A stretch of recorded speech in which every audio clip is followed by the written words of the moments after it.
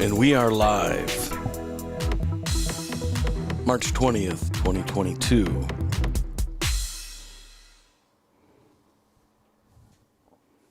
Here on the internet, YouTube. Good to see everybody out here today. Hell of a card last night, for sure. Absolutely got better and better as the night went on, and that was hard to believe early on.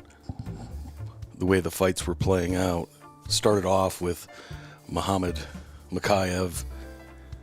Big hype on the guy. People have been talking about him for a little while now. Just 21 years old. Starts the show off right. If he's a hype train, consider me a ticketed passenger, because I want to see where this guy goes. Seems to have a great attitude. Good in the interview afterward. All the skills. As JL always says, it's not just the kicks and punches. If you want to make it to the top, you have to do a little bit of all of it. Today we'll run through the fight card. I'll give some of my fight score grades, talk about it. We'll address the gentlemen of the chat and the ladies as well. I didn't put together a list of additional topics, so I'm counting on the chat and potentially phone calls to give me some more talking points towards the end of the show after we get through the fight card. And in particular, this wasn't just a fight card that paid off, UFC London. It wasn't one that just paid off with great fights, entertaining. So many of them were either crossroads fights, like Grundy and Amirkhani, or potential career breakthrough moments. And of those, we had several, including the main event with Aspinall. Any questions I had about him being mentally ready for the spotlight, and I did have some, he certainly answered that question. We still don't know exactly how good he can be, but the guy looks a fight or two away from contending for the belt, in my humble opinion. Good to see. Pulse Reloaded, Killa Jam, Navadru. Big muscly pervert, he's in here. King Jeremy, and the rest of you. Thanks for being here. And let's get started. First fight of the night, Mokaev versus Cody, don't call me Tyler Durden. Mokaev came in 6-0 as a professional fighter with one no contest, but he did have 23 amateur fights for a 21-year-old dude. That is just above and beyond. That's some overachieving. I would imagine part of that was, I'm not sure how old you even have to be to fight professionally in the UK. It may be 21. But he comes in with that sterling record, was a minus 490 favorite, and finishes this thing 58 seconds into the first round with a great guillotine after kind of a combination step-in, jumping knee, part flying knee, part step-in knee, absolutely catches Durden ducking down, puts him on the ice skates, and Mokaev absolutely in control, knows what to do, has that killer instinct, at least from what he showed in there. And all you can do coming in, even though you're the big favorite, all you can do is work with what the dance you can only work with the dance partner the UFC gives you. That was Cody Durden. The guy's had 3 fights in the UFC, mixed results, 1-1-1. And Mokaev absolutely handles the moment, does a great job. I give that a fight score of 88, and I look at the overall fight and sort of grade them. I've been doing this for a couple years, but haven't shared them. I figured if one day I ever make a website, there'd be a library portion where you could go and check out some of the past scores and and see, like, if you are looking for some fights, maybe you missed some of the fights on the card. It's also a way for me to reference the overall sort of impact and import of a fight. And I don't put a lot of fights in the 90 to 100 range. And this one's right there. If there was a little more, if he'd gotten some more resistance from Durden, it easily makes it into the 90 percentile. But he couldn't have done any more. I believe Mokaev, solid performance. That's an A performance for sure. Does a great job. The second fight of the night, Corey McKenna, Elise Reed. Underwhelming. Won't spend a ton of time on this one. McKenna had gotten the hype. Came in a 290 favorite. 6-1, 1-0 in the UFC, but very unchallenged, extremely young.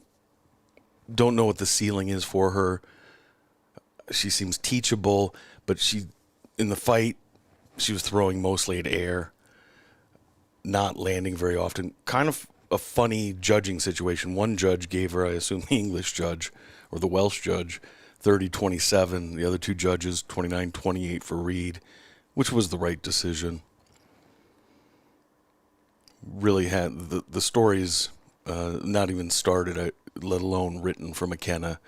UFC always has a lot of hope for the young fighters from areas that aren't overly well represented, particularly getting a female fighter from Wales. It's a good story, but she still seems, she's got some promise. She certainly has the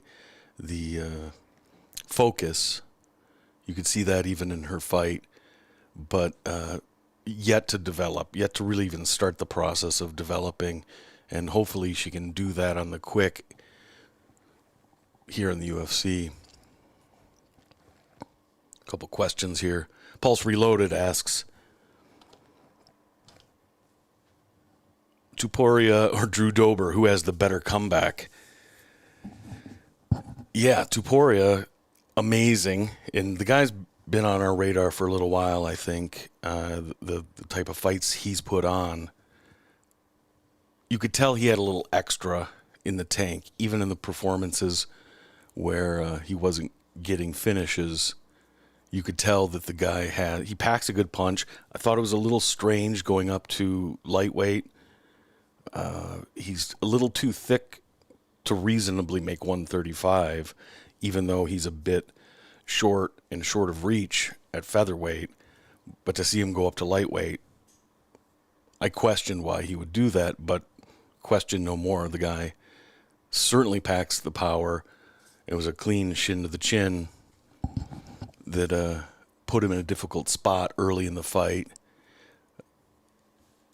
I think you have to give Tupuria the better comeback, because Drew was going against a guy with very little experience in the UFC, probably a bit overconfident, and didn't really know how to fight back from that kind of adversity in McKenna, where I want to call him E-Bear, but it's Herbert, where Herbert, a little more moxie, a little more grit so far in his career, kind of knows how to come back and knows how to try to put his knee on the neck when he gets a guy hurt. In fact, I thought Jai Herbert looked as good as we've ever seen him in the UFC. Granted, he was 1-2 coming in the UFC, but his one win was against Kamaworthy, who was a very dangerous opponent. So for Tupuria to be able to come back against him, yes, long-winded answer. I give him the nod over Drew Dober. Level of competition, experience differential, and all of those things. Earl Goldberg's in the chat. Good to see you, my friend. Dennis Grace, getting notified. Good, thanks. Yes, we're 4 episodes or shows in a row. Had a little bit of computer trouble this week, or I would have gotten an episode out. Definitely will be up next week. It's basically done. I just have to render it and put it out, so it'll be Tuesday or Wednesday.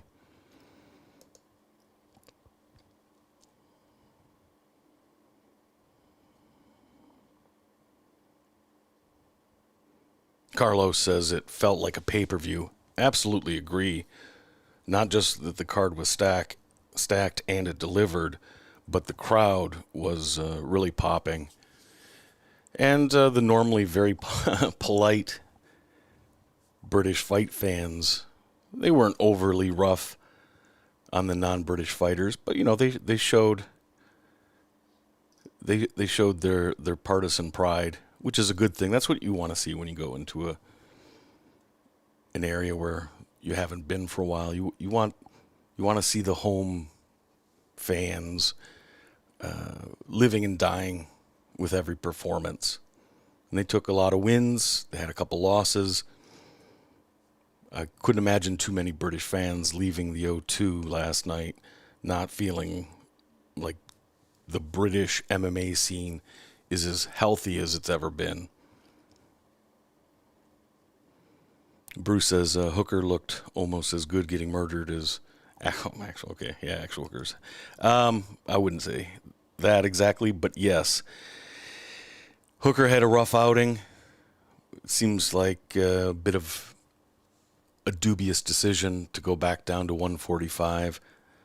Whether or not the cut itself was hard for him,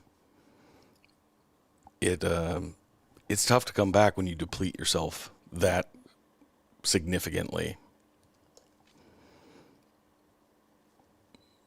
It makes it difficult to put your best performance on. Stephen Hayes says he misses the old breakdown videos. They are coming back. Same for you, Logic.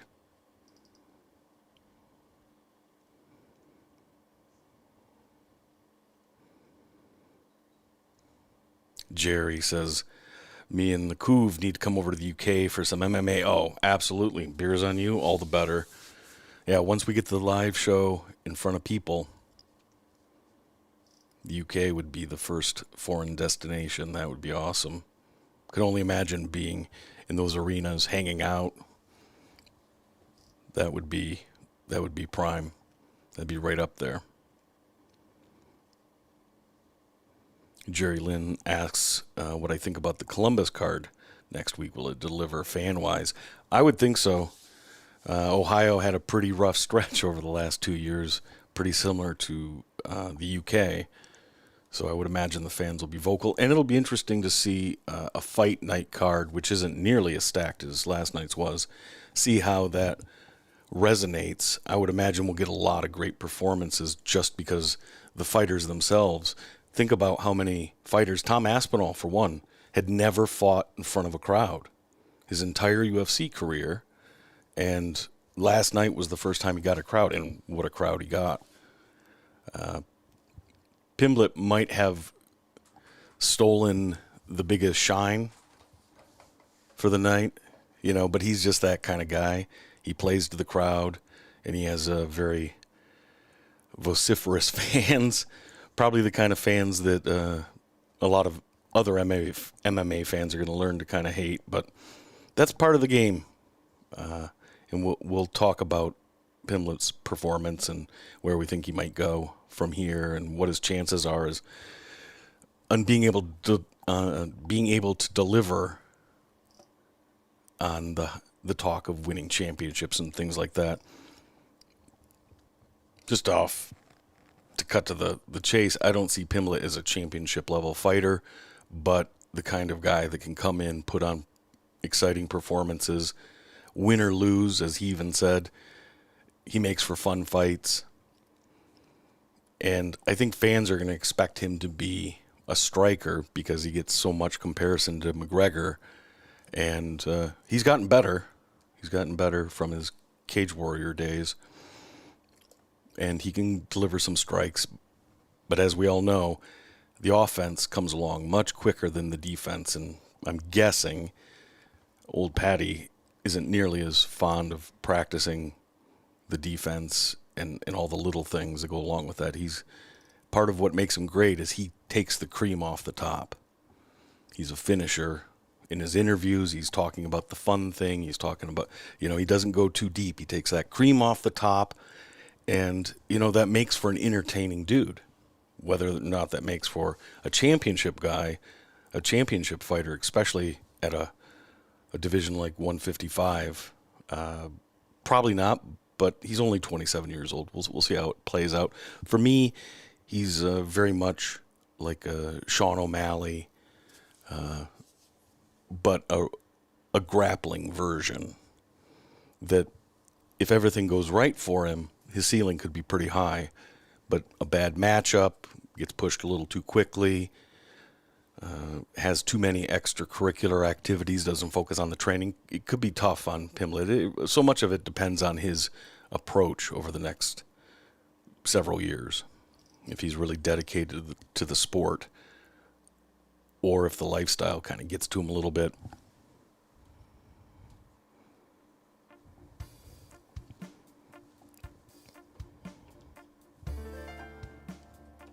Back to the fights on the night. The third fight of the night. I was really looking forward to this one. Several of these young UK prospects, they've been around for a little while. Jack Shore is one of those guys. I saw him not in fighting style, but just at the place in his career, it's just a little bit behind where Arnold Allen was coming into his fight last time against Sadiq Youssef.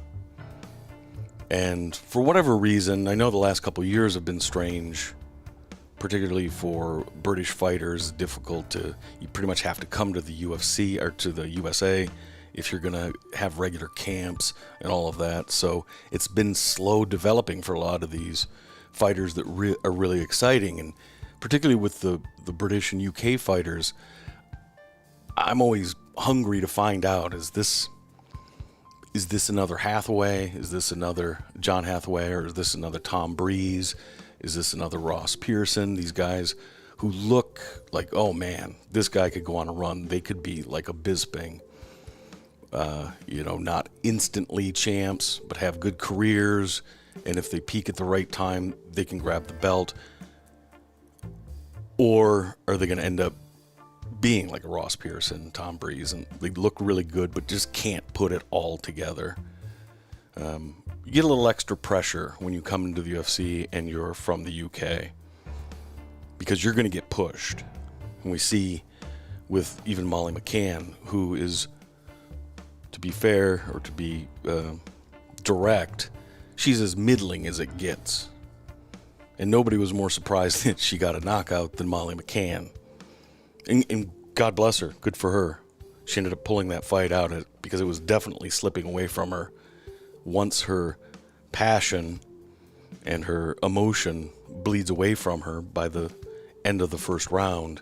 She just doesn't have the discipline or the technical skill to go with most gals at 125 pounds, even towards the bottom of the division, like her opponent last night. So it was pretty nice for her to be able to get that spinning elbow and save what could have been a pretty rough fight. Where are we at here? Third fight of the night. Jack Shore and Timur Valiev. Oh, thanks to D-Rest. Little support from the MMA holes. I appreciate that, my friend. $6. Very nice. So Jack Shore and Timur Valiev. Third fight of the night.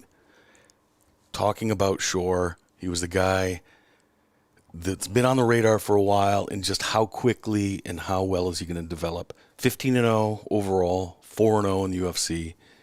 And I was a bit surprised, maybe because of the layoff. It was a pick'em fight, minus 110 on both sides. Now, Timur gets a little bit of boost because of his energetic style. And he was 2-0 and won no contest in the UFC. So the guy had a good bit of momentum coming in as far as his record.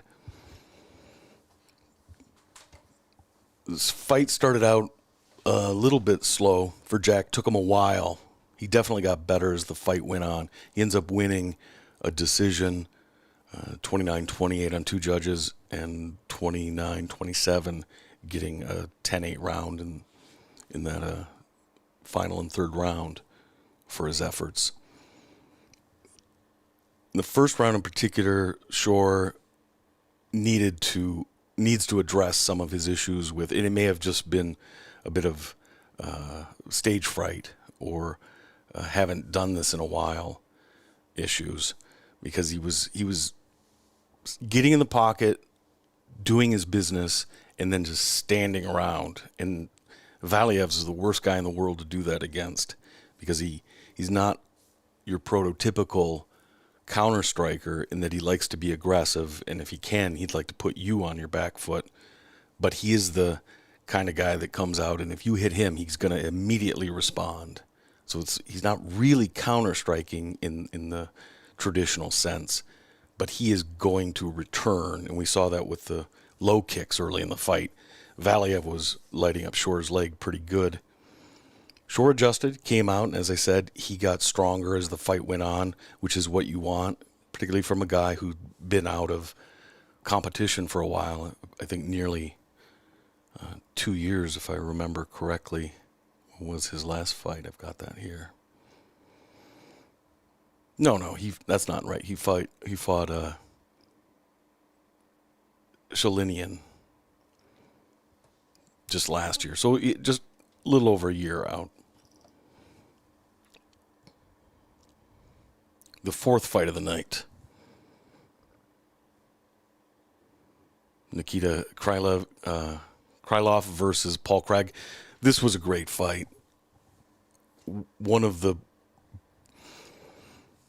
It almost wasn't a comeback, because half of what Paul Craig does is the spider baiting the trap, laying in his web, and I don't think I've seen anybody regularly be able to spring their submissions, particularly from difficult situations, the way Paul Craig can.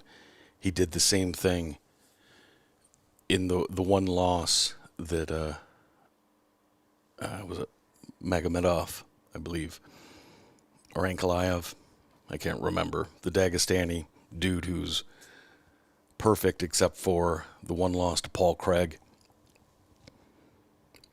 And I agreed with the broadcast crew. I thought Krylov was really delivering some sufficient or significant strikes, and nearly had Paul. He looked pretty dazed, and he's looked that way before, so I don't know if it's just him, the way he reacts. His body language isn't good, and maybe part of that, he's really loose, which helps you take a shot. But Craig was able to spring the triangle from the bottom, gets the sub at 357 in the first round, delivering a great performance. And now you've got a question. What are you going to do with Paul Craig? He was already ranked 11th. He'll be in the top 10. He'll probably take Krylov's spot at 9. And you're going to have to put him in there with somebody that's also a contender. And I didn't feel like Krylov was really ever a contender. I've liked the guy back when he was first in the UFC. Nikita was the kind of guy who was very much a striker first and foremost. You could see that kickboxing background, very aggressive. He was a little bit even wild sometimes with his striking. When he came back in his second stint in the UFC, he almost had that second phase of Holly Holm's career where Greg Jackson had worked in the grappling into her game, so that when she wasn't getting or seeing what she wanted to see in the distance striking, she was able to use grappling, whether she got the takedown or not, to control the fight for a meaningful but relatively short period of time, and then choose to be able to go back to the striking. And Krylov has done that pretty successfully over his last few fights.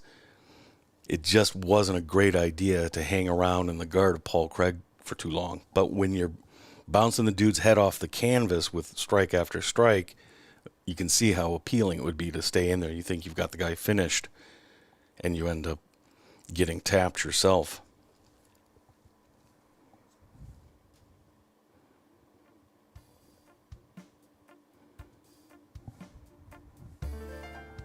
All right. A few more questions. Killer Jam asks, do I bet on fights? No, I don't. I used to bet. I used to bet on fights, and I used to bet on sports in general. And I like the whole concept. I actually was sort of mentored by a professional gambler when I was pretty young. Used to be my high school science teacher in 8th grade. And I'd hang out in his room during lunch, and we'd just talk sports. And eventually we started talking about betting. He was actually a bookie. So over the years, we stayed in touch, and he taught me quite a bit about how to think about betting. And as most people now understand, you have to be dispassionate. You have to be removed. And assessing a fight is, from a betting perspective, is so much different than what I do to look at fights as an overall contest involving wills, involving the psychology. So I'm much more interested in the likelihood of how a fight is going to look, how it's going to play out. And a fight can go the way you think it's going to go. In fact, the Krylov-Paul Craig fight looks exactly the way you would expect it to look. Yet Craig is able to pull that victory from the jaws of defeat. And to only focus on getting the right bet, it's a completely different discipline. And it's one that, at the end of the day, I didn't like doing it. I didn't like the betting, because for me, I've got to spend a lot of time before I feel comfortable with an actual pick. And if I'm going to spend 20 hours doing the research to bet an entire card, I'd rather put that time into actually getting to know what the fighters are about, looking at the narrative, looking at the psychology, the kind of stuff that I do with the episodes. To me, that's rewarding. I feel like I'm actually learning something rather than just focusing in on this real narrow spectrum. And quite honestly, I don't have the same kind of mathematical discipline that the truly good gamblers have, that they're always reverting to numbers when they can. And that's not my go-to. I default to personalities, behaviors, things like that. And that's not as good. It'll get you in the ballpark to figure out who's likely to win, but it's not as refined. It's not a refined methodology for picking winners. So no, I don't bet. I used to, when I was betting for a couple years, I bet fairly regularly, though not a ton of money. And it was before the Fox deal, and I'm trying to remember if maybe it was right at the very beginning of the Fox. Yeah, the Fox deal was just about to start. And there were a lot of British fighters coming in. And it was during that period where I could see the UFC was pumping them up so much. And they were being greatly overvalued. So if you faded the British fighters, you made money. And so I would do that. And during that time period, the Terry Adams and just the Ross Pearson was the best. He was so great because he would look really good during spurts of a fight, but he, particularly the last half of his career, he just couldn't win. He just couldn't get a win, even fights that he was doing really well in. So, yeah, if I was going to bet, I couldn't do it casually. I would put a bunch of time into it, and I'm still not sure I'd be successful enough to really validate the time expenditure.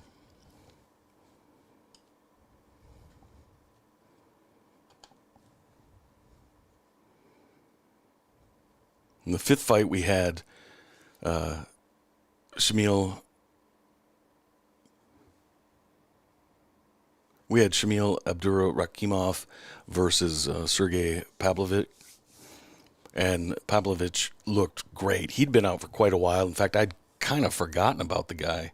He came in 2-1 in the UFC. Shamil 5-4. I feel like I understand, or maybe we all understand Shamil pretty well. He was never going to be challenging for a title, but he's a tough out, a rugged dude. He's sitting at 40 years old in the heavyweight division. He's a real tough night out, but a little bit. He's kind of slow, even for the weight class. He's pretty good at most of the skills, but he doesn't seem to have a driving focus. So it's difficult for him to really dictate exactly what's going on. He can wrestle, but he's not a guy that puts so much direct effort into wrestling that he's going to dominate through doing that. I felt that if Pavlovich was able to, if he was at all coming back in good health, he should be able to have his way with Shamil, and he was able to do that, getting the TKO at 4:03 in the first round. And Pavlovich came in, he's got 12 knockouts in the first round. I think it's now 12 with the one he got last night. Still need to see a lot more from the guy. It sort of gives you an indication of the lack of depth of the heavyweight division, that Shamil was sitting there at 10th. Solid guy. In a healthier division, he'd be more like a 17 to 25 kind of guy, but a veteran, a real solid journeyman.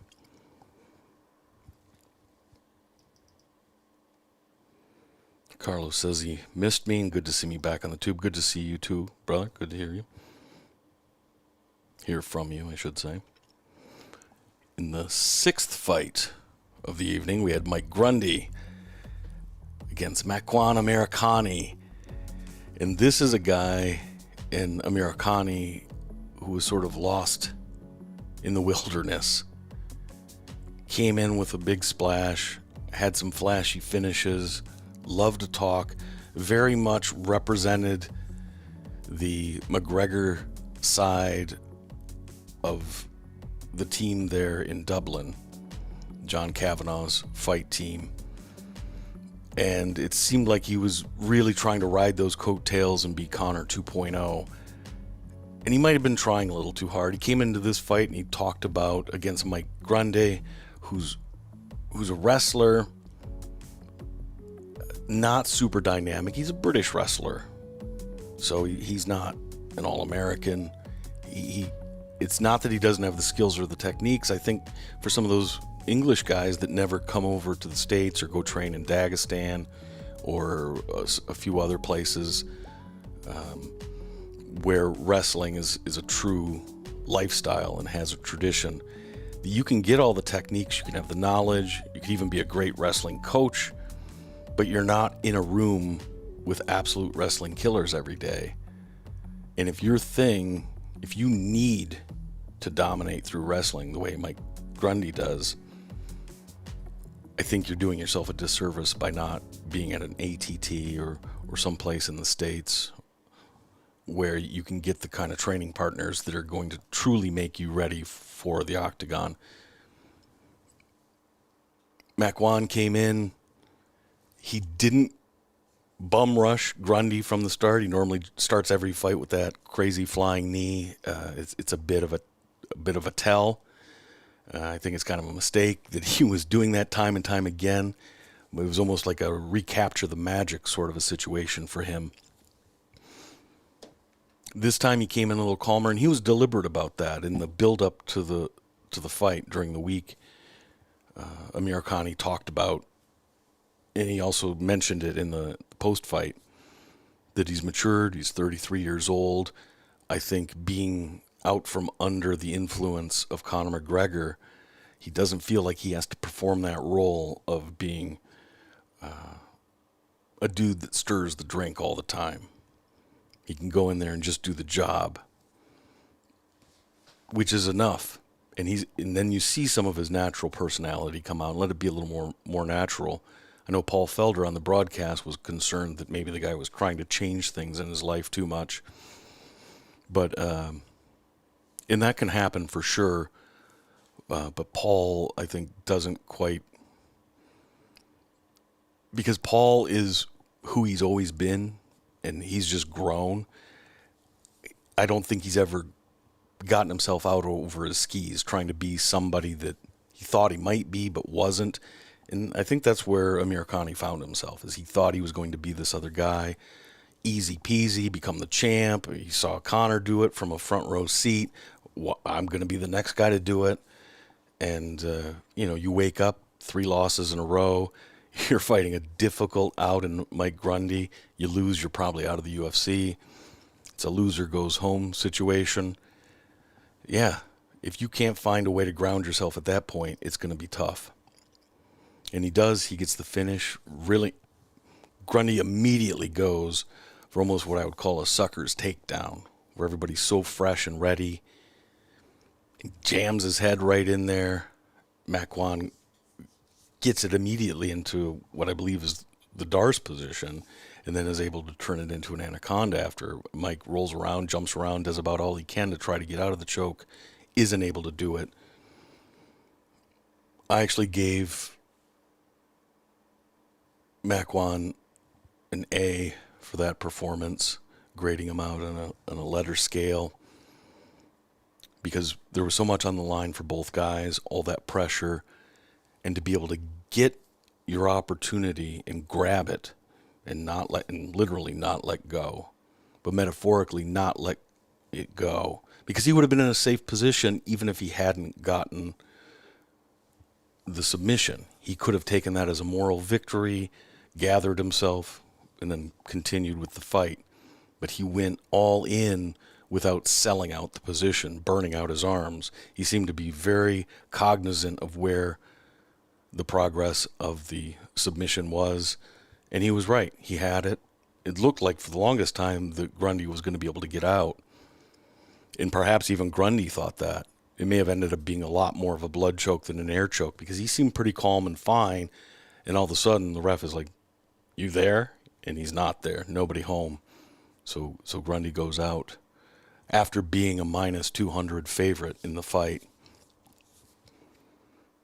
The problem I have, if I want to be critical of Grundy, is that he just doesn't have a broad enough base of skills to be able to shift from striking to the wrestling to submissions. It's like if he can't go out there UFC 50 style and be an American style wrestler where you just go in with a good old farm boy charge to the legs and take the dude down and hold him down, if he can't do that and is forced to perform in these other positions, he has a difficult time, and he always has. And that's not an easy thing to solve. I don't think it's solvable for Grundy at this point in his career, and that's too bad. He seems like a really decent guy. But excellent win for Amirkhani, that's for sure. Absolutely.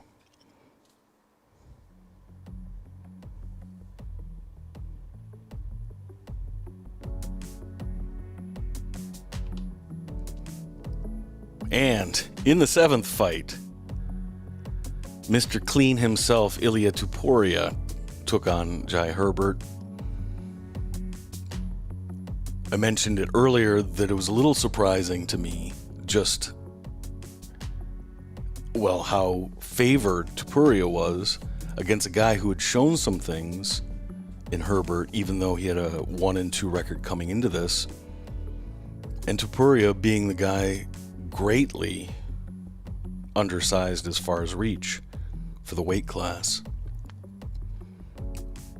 Early in that first round, about 30 seconds in, maybe 45 seconds in, Herbert lands the crazy head kick, shin to the head of Tupuria, knocked him a little silly for a while, and Herbert made the somewhat fatal mistake of letting Ilia recover by getting down into his guard.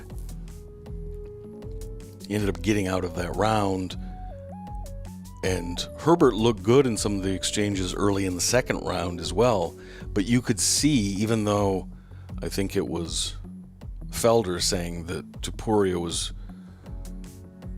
not looking as confident in that second round, because Jai was able to land some nice jabs and was controlling things with distance and movement.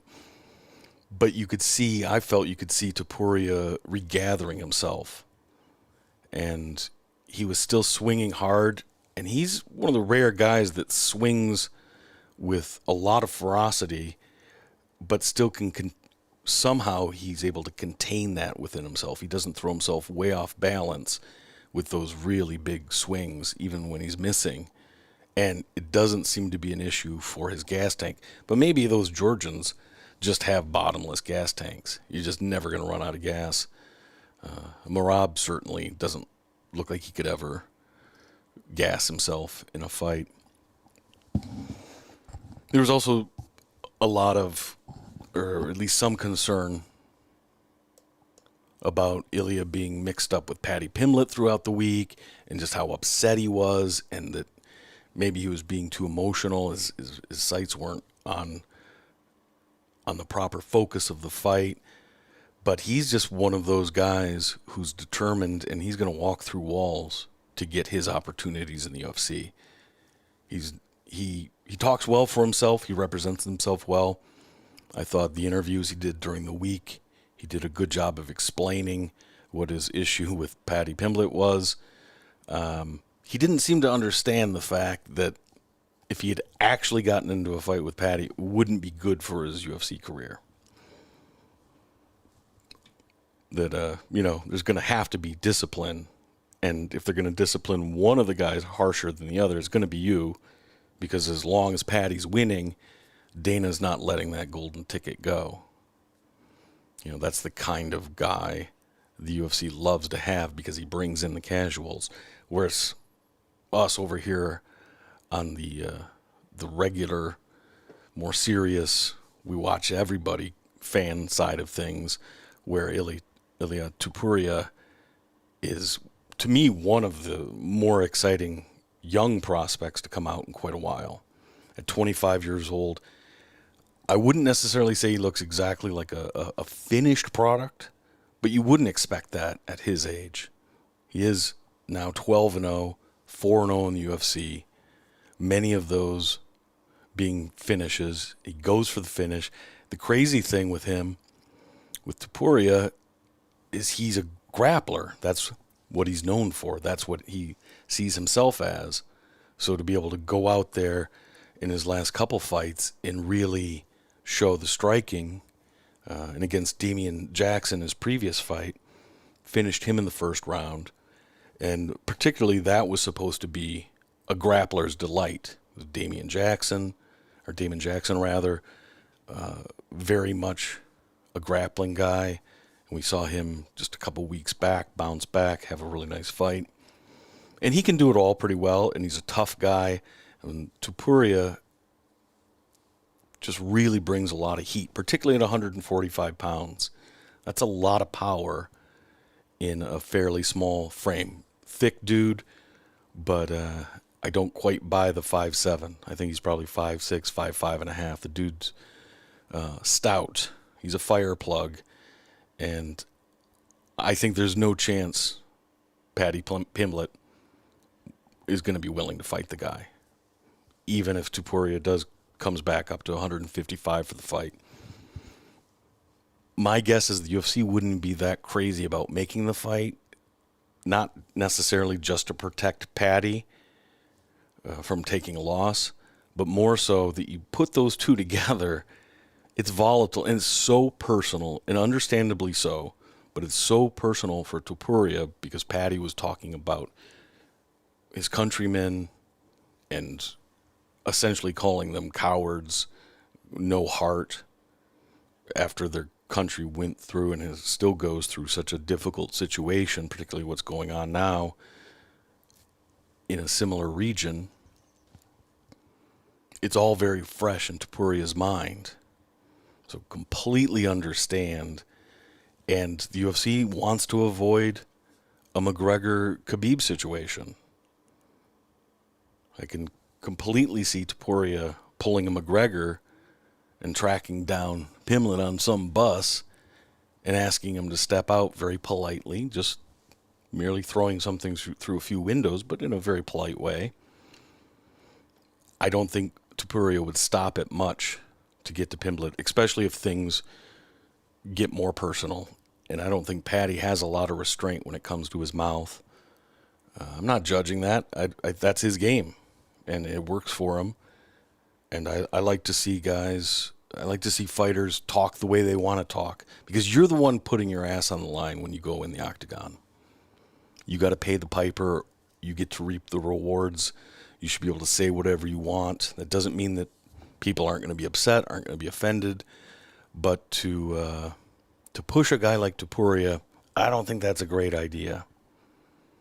And we've seen in both of Paddy's fights in the UFC, he's pretty much Johnny Bench, man. He catches everything. At some point, he's going to catch pretty much everything that crosses the plate. He catches it with his face. He got wobbled in both of his first fights. Tough guy, decent chin, made it through both and looked good in victories. But against Tupuria, he's gonna scramble the circuits. You can only take so many shots from a dude like that. So I think between the volatility, the one thing Dana doesn't like is when things get overly political.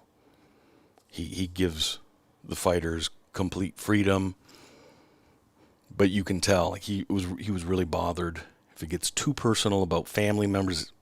UFC doesn't love that either, understandably so. And putting Topuria and Pimblett together, I think, it's a bad idea. And Tupuria doesn't need it. The worst case scenario for him would be to get that Pimblett fight, slip up somehow, Paddy gets his back, chokes him out, and I don't think Tupuria would ever be able to get that loss out of his head. It's the kind of fight that could ruin his career. So I just don't see the upside of it. A couple questions here.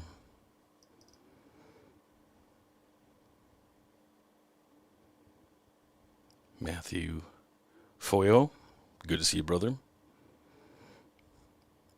Nadav, yeah, this is absolutely going to be regular every Sunday. And as each Sunday goes on, I'll dial the time in better and better so that I'll be on time at the correct starting time. But we're getting there, slowly but surely.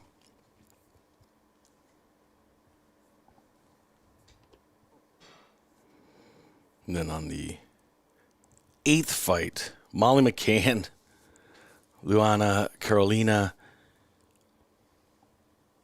decent enough fight, not overly technical. Carolina, you can tell she's got some technical savvy.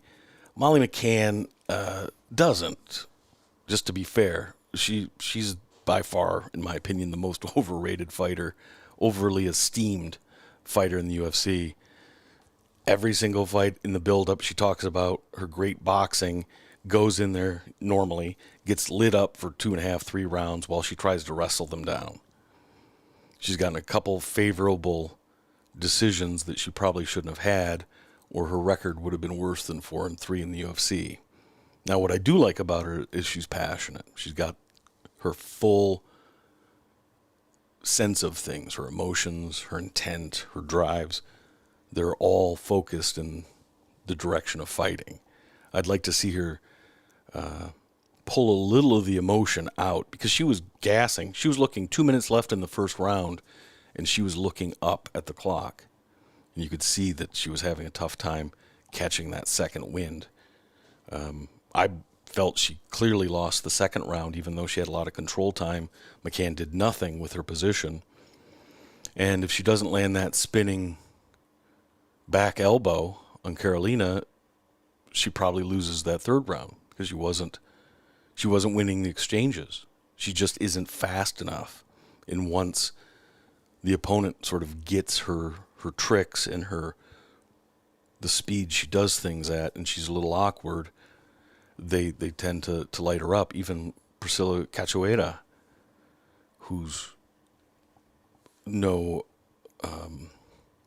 queen of the division, was winning all of the stand-up positions. It was only that Molly was able to kind of drag her into some positions, and she got a close decision win out of that. So it was good to see Molly have her victory, though.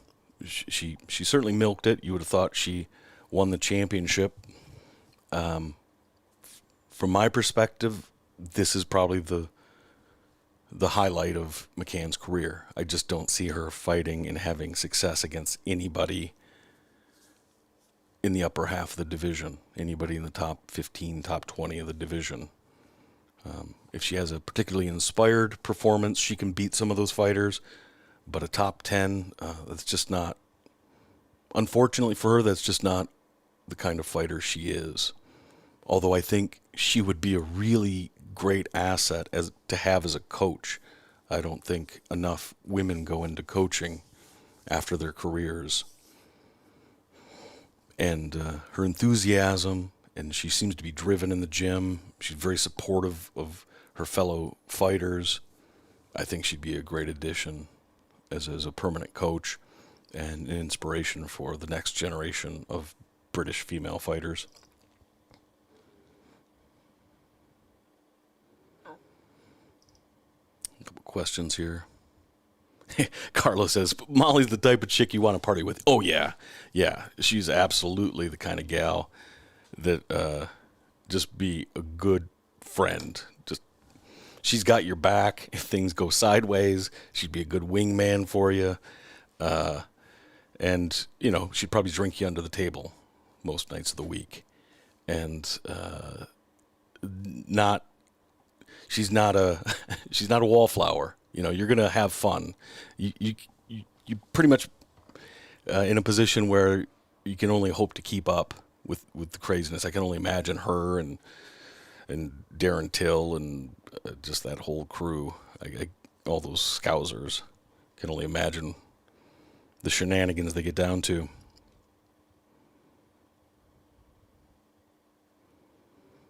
A couple more questions here.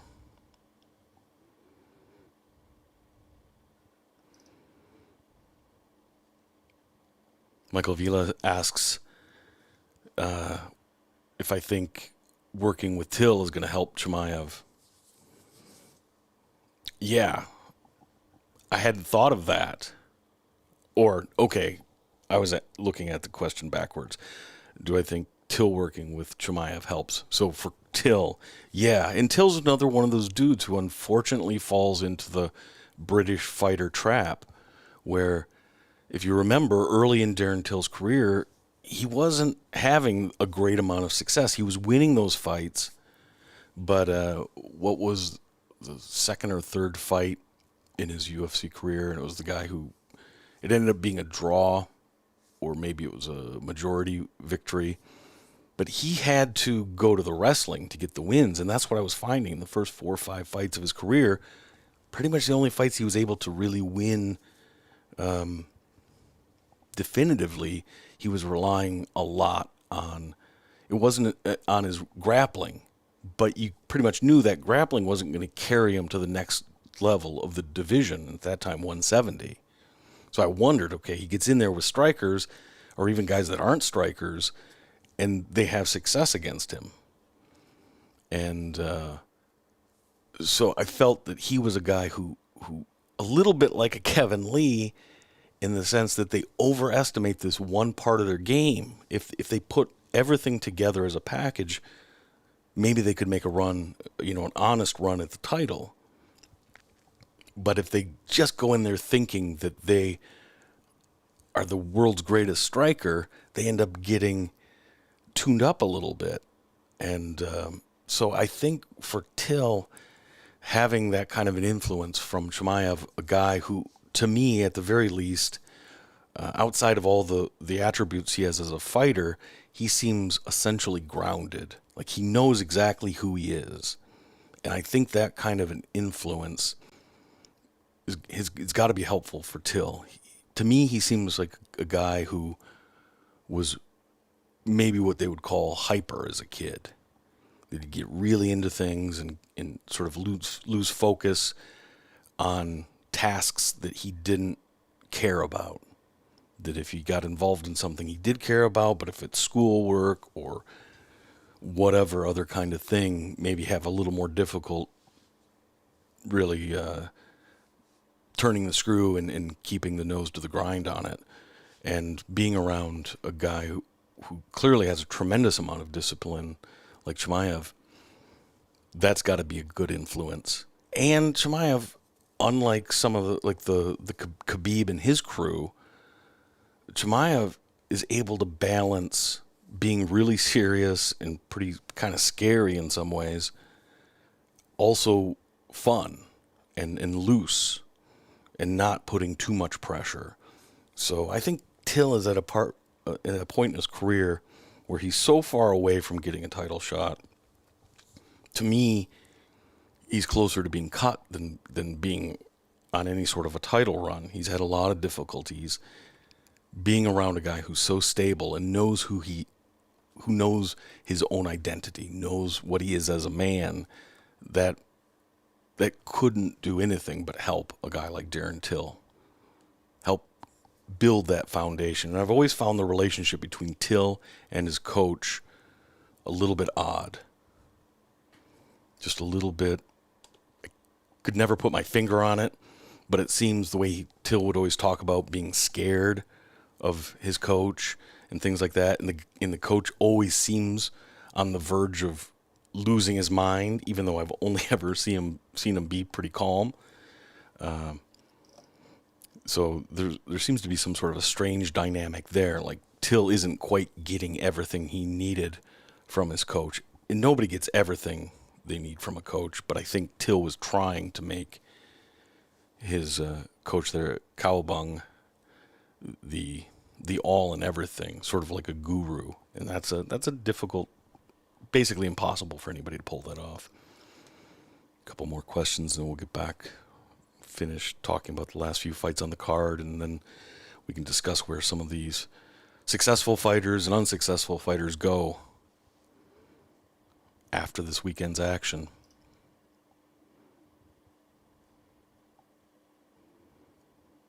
Oh, Leon says, Meatball is the equivalent to Artem Lobov. You know, that is a pretty decent comparison. And more so than just middling or maybe even not quite UFC quality talent. That may be true, and that's a fair comparison with both of them, but they both have all this passion, and they both want to be. And I think that gives them, at least in my eyes, it creates a little grace. Even though Molly drives me crazy. She's pretty, you can see she's fun, but she's also annoying because she just shit talks all of her opponents and is like really pretty shitty to them, even during the fight, mocking them and doing things like that, and then not actually fighting them. The success she's had has had to come when she's been able to control young female fighters that really don't have the weight of the grappling to get out from under her, or get away from the cage.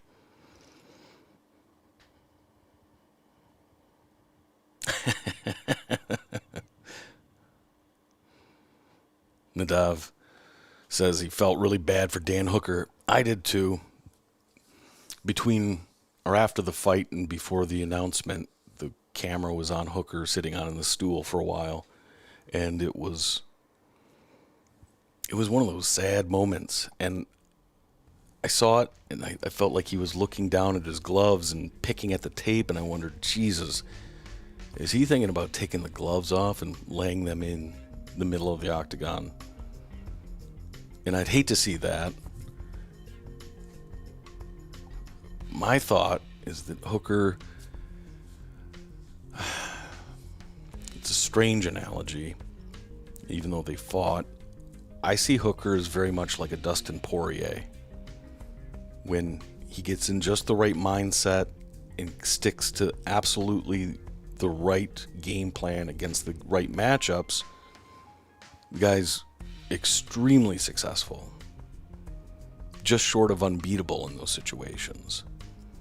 But you can also see that the veneer is never too far away from being peeled away. And you see that a lot with Poirier. His confidence is wide, but it's not very deep. And understandable over the last several fights for Hooker. He's also made some really bad choices as far as career. It's all the worse for him because New Zealand was locked down so hard. And you pretty much have to make the decision you're going to go away and be forcibly kept away from your family for a long time. So you try to make the most of it by taking these fights and being aggressive. And it didn't work out. Going to Abu Dhabi for those fights, taking on Islam Makhachev when he did, having just come off a fight. These are not scenarios that are tilting the field in favor of a Hooker victory. And he sort of does the same thing by coming back pretty quick, dropping down a weight class, and taking on, not that Arnold Allen was too good for Hooker to take on, but it definitely seems like Hooker needs a reset. And I think he's a little bit, I don't have anything to back this up, but I got the sense that Hooker is afraid to try to reset, because being deliberate about a reset would be admitting that he's at a place in his career that one victory isn't going to get him back on track, that he needs to do more than that. And so I think he keeps trying to jump in there, and I'm going to right the ship this fight. And so he's trying to solve a much bigger question with a too small answer. And I hate to see it with Dan Hooker, because how could you not root for the guy? I think, he's a great fighter, a lot of heart, great stoppage by the ref in that fight, because Allen is landing these big punches,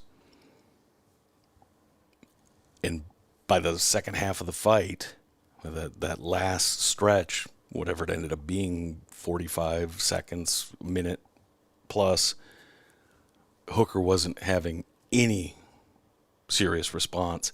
In fact, before the end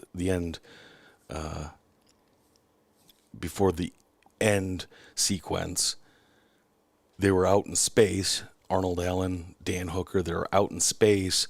Hooker moves forward, swings, and lifts a knee, and it missed, and everything he threw missed by a country mile.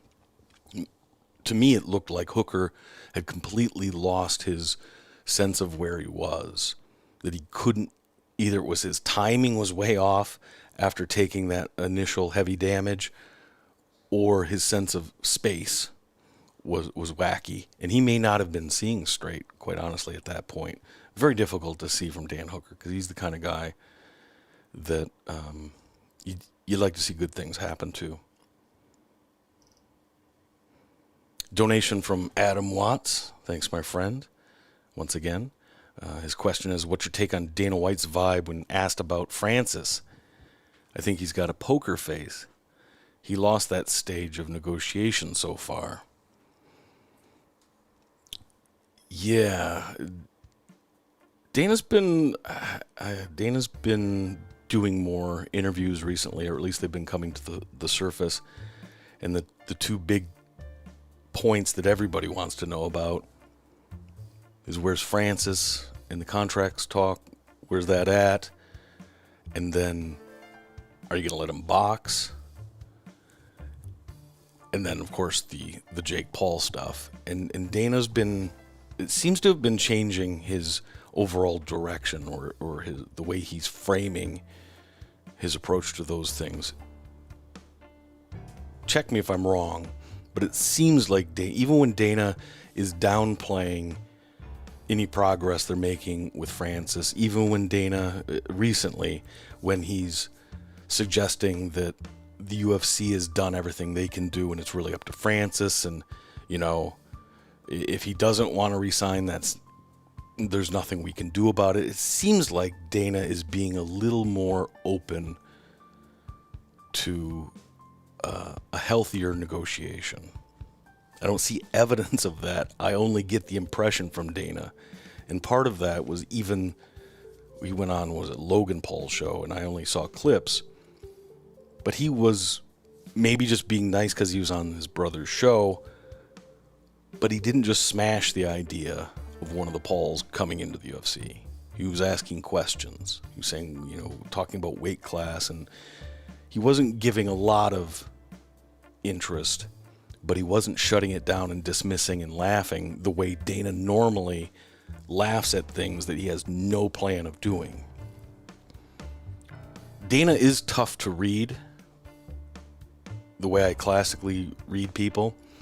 He does have a good poker face for that. He doesn't have the obvious tells that a lot of people do. I'm not sure why, but I have noticed that over the years. But one thing the way I try to break down what Dana's doing or thinking is more about repetition and like almost a textual analysis. I look at what he's saying, how often is he saying it, how does it relate to what he said before. I think Dana is ready to do something a little different for maybe one or two events. I don't know what that is. I don't know why that would be, but I think if everything came together, Dana would be willing to do either bringing one of the Pauls into the UFC, although I don't know that those guys would actually do that. I think it's all talk. Or the possibility of letting and promoting McGregor fighting Jake Paul.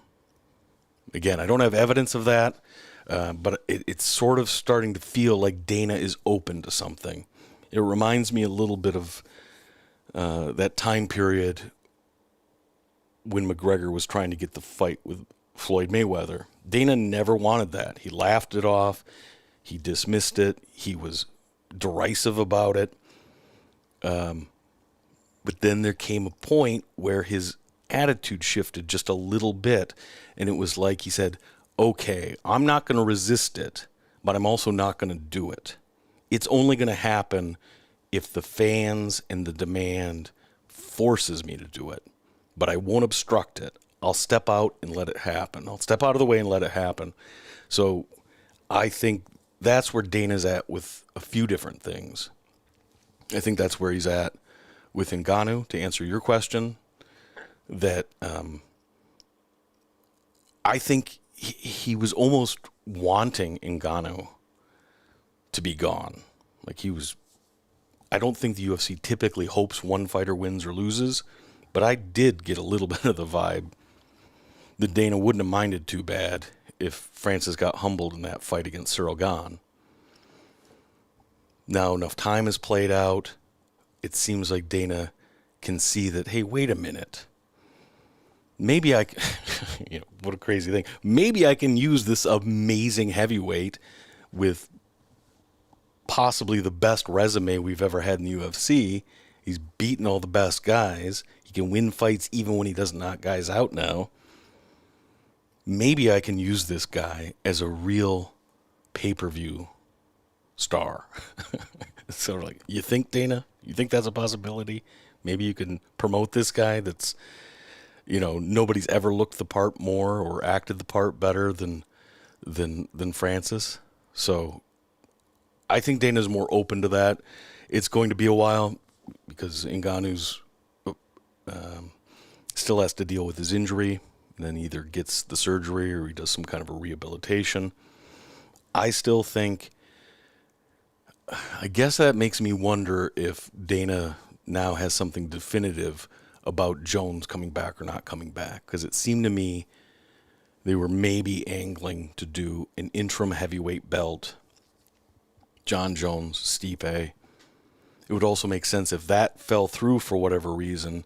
That might also be why John Jones has backed off, because John wanted the Stipe fight. Now it seems like John doesn't want any fight. So I'm not sure which personality or event is influencing which, but it seems like they're all bouncing off each other and now moving in this direction where Dana seems to not have the option of bringing in an interim heavyweight fight between Jones and anybody else. And he's not overly excited about booking Stipe, it doesn't seem. So I feel like Dana's got a spot on his plate, whether it's International Fight Week or something else, that and maybe it's October in Abu Dhabi. That, timing-wise, that might be what has his imagination right now, that he's looking for that really big showcase fight for an event. And, they always love to hit home runs when they put on fights over there. So, yeah, I think something big is going to come out with Dana at some point. I think he's going to come up with some information. Oh, Earl, donation. Thank you very much, my friend. Question: thanks for bringing up the spot on the stoppage in the Hooker fight. Yeah, the ref even got a nod from Mark Goddard. I saw that. That's funny. Yeah, I saw that too. That Herb Dean gets on my last nerve, by the way. Yes. Herb's been having a difficult time for a long time, definitely. And was that Movetti, the ref, I think, for that fight? I can't remember. Some of those British refs that we don't see all the time, particularly over the last couple years, they sort of all blend together. Rich Mitchell and Dave Movetti, whatever that is. They did a good job all the way around. And Mark Goddard stayed out of his own way and was a very good ref in all of his fights. And when he's on, he's one of the best. So, yeah, that was a great stoppage. You got to save a guy like Hooker from himself because he was going to stand there forever. Adam Watts says, yeah, I think Dana knows how to lose. He waits for the anger to fade, then pretends he never lost and reframes things. Yes, absolutely. I hadn't exactly thought about Dana in that way. That's interesting, Adam. You brought it up and framed it that way, that Dana does know how to reframe things. And he isn't doing it just to control the narrative. He's doing it one step before that. He's doing it in his own mind to make it right for himself. And that's probably why he has such a good poker face, because even when he's lying, he's told himself the story and believes it. He's found the truth in the lie, and that's what he's expressing no matter what his words are. That's interesting. Yeah. You helped jog my brain there to get to another point of understanding with some of what's going on with Dana. For sure. Good job, Adam. John Wayne says, whenever Khabib is asked about Tony, he seems to downplay his ability and act like he never was on his level. Why you think he views Tony that way, despite winning 12 fights in a row like Khabib? Thoughts? Yeah, well, what else can Khabib do?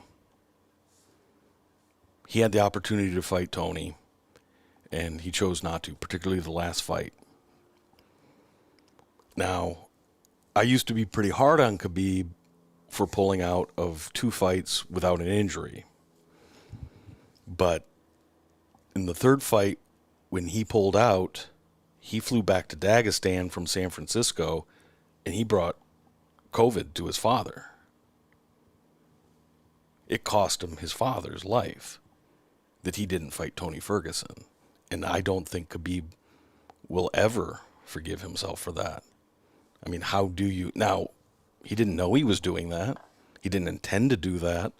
And hopefully he's convinced himself that isn't exactly what happened. But at that time, it wasn't in that part of the world.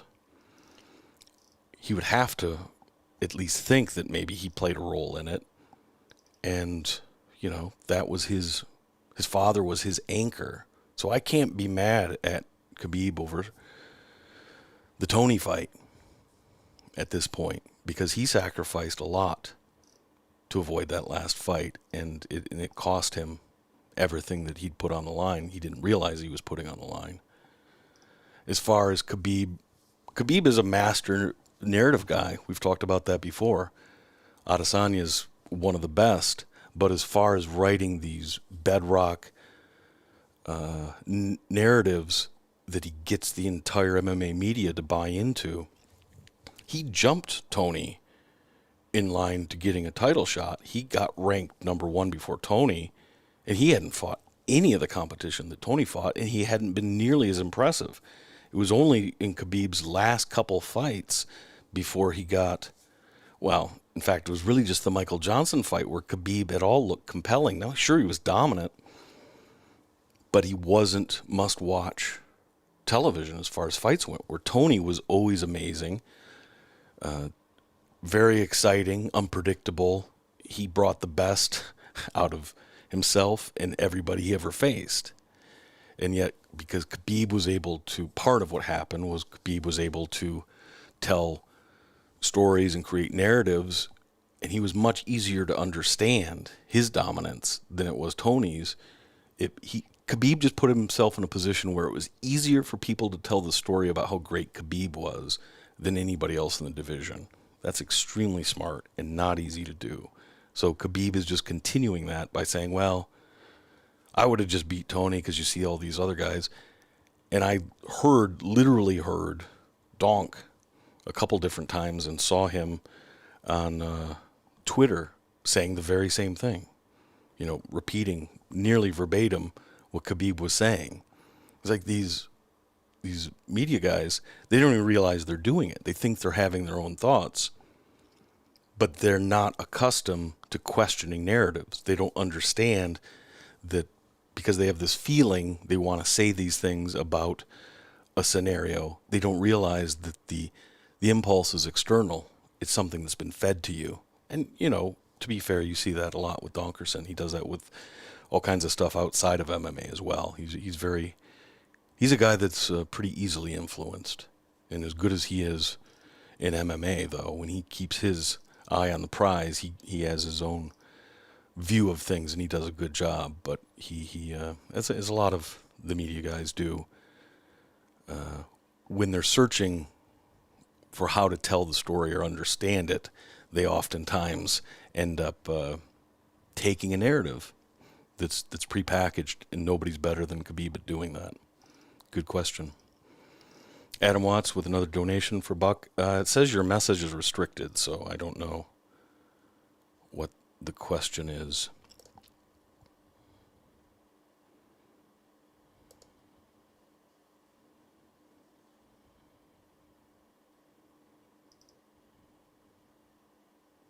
All right.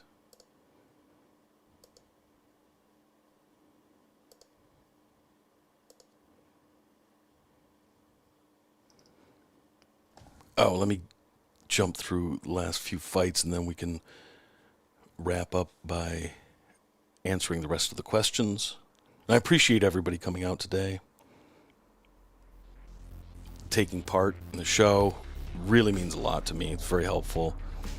And I do promise things are coming together. There'll be episodes aplenty very soon. The 9th fight of the evening.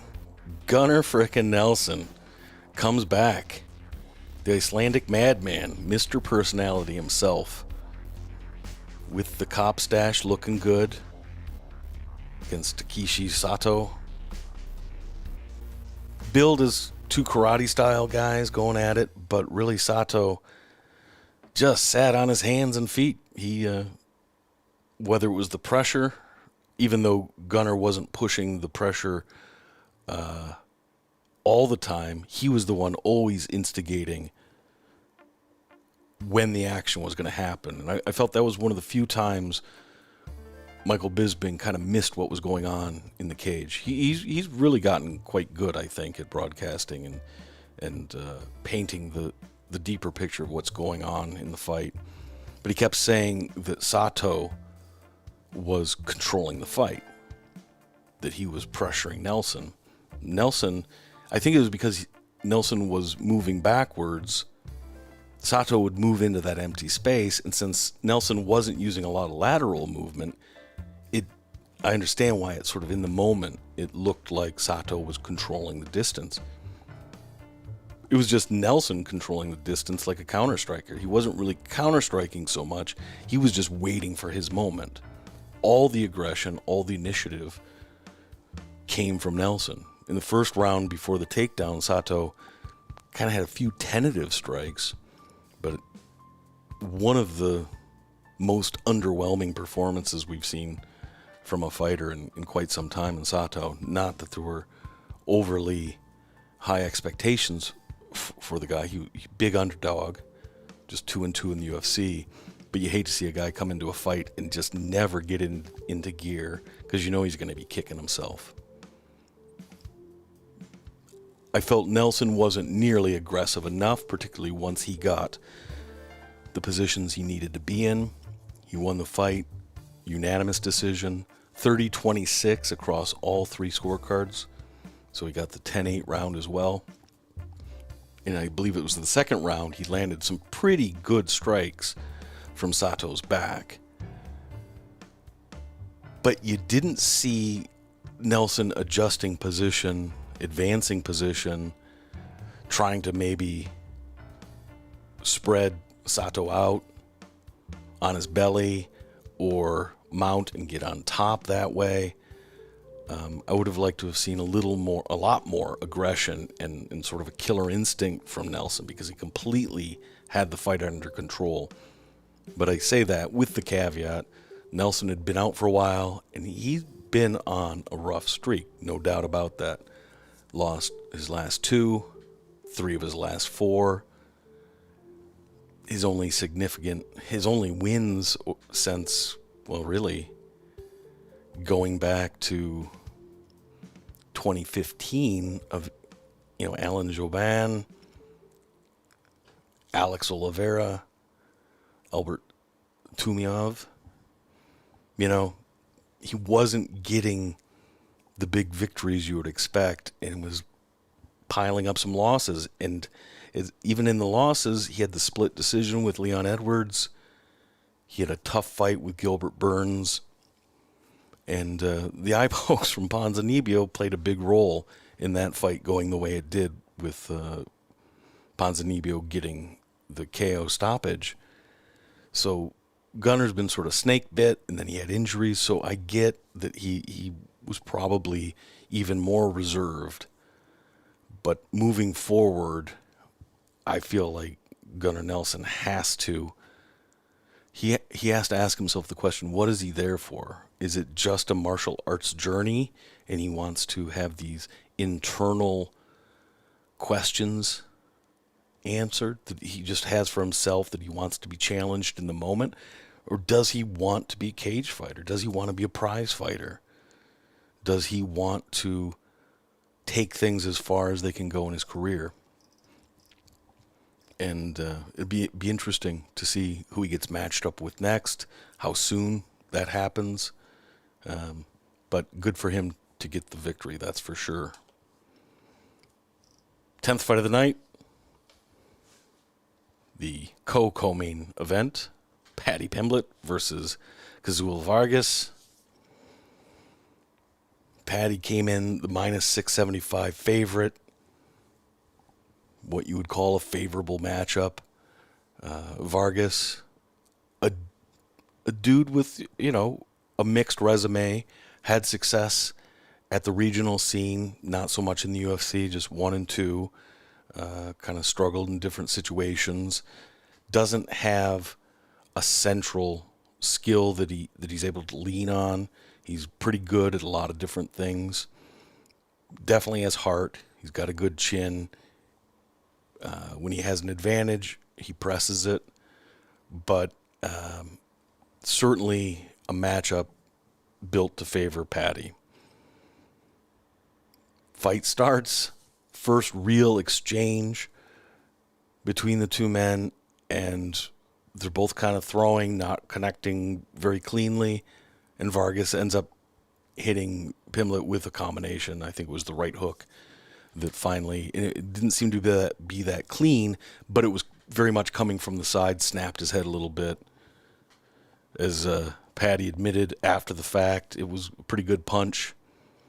Took him a while to gather himself. He was on the bottom for the next roughly 2 minutes of the fight, but slowly worked himself into a position and then was able to take advantage of it, getting the rear naked choke. I mean, once he gets the back, he's good and extremely fluid. That was what impressed me the most. And that little bit of a scramble when they're both trying to either get to the top or just stand up and separate, Paddy was definitive. And he was quick, and there was no monkeying about. You could tell he was focused in the moment.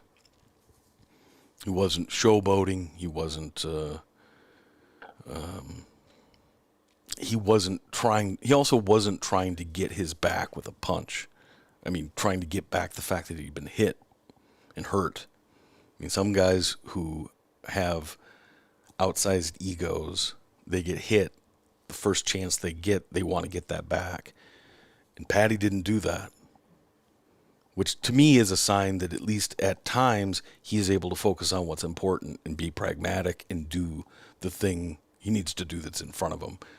Gets that back, gets the choke, doesn't take him long, gets the finish. He's not a striker, but his striking's getting better. He needs to be able to, he needs to realize, it makes me think of, I'm not going to remember the name, 135-pounder in Bellator, Irish guy. You know what I'm talking about. Reminds me of that, a guy who has a little bit of magic on the ground, but because he shit talks so much, he pretty much has to back it up with striking too often, and too often ends up on the wrong end of that equation. So if Paddy can reground himself in the idea that he's a grappler first, that he's opportunistic, kind of a Michael Chiesa kind of guy, that the grappling needs to be your focus, but as long as you're being defensively sound, don't lead with your chin. You know, we'll see how the ride goes. As I talked about earlier, I think there's very little chance Paddy takes or is even offered the Ilia Tupuria fight. I have no idea what would be next for Paddy. Like he said, he's going to take time off and get fat again. He's probably only half joking, or maybe only a quarter joking, because he's definitely going to take time off. And, he'll probably enjoy the extra calories that he packs on. I get why some people hate Paddy and call him a hype machine. That's not how I view it. To me, I see it as, at this point, you don't have to think that he's one or the other, that he's either on the path to becoming a champ or he's a fool who has no chance of ever doing anything. For me, it's very much a watch and reevaluate over time. The same way I would do with Israel Adesanya when he came in. The same way, even when McGregor came in, I was very much assuming that a guy who talked that much would never be able to back any of it up. And over time, I felt like I was able to grasp more of the truth of what's going on and where they actually were in their career, because I didn't allow myself to make too firm of a judgment before there was enough information to really make a judgment, if that makes any sense. Let's look at another question here.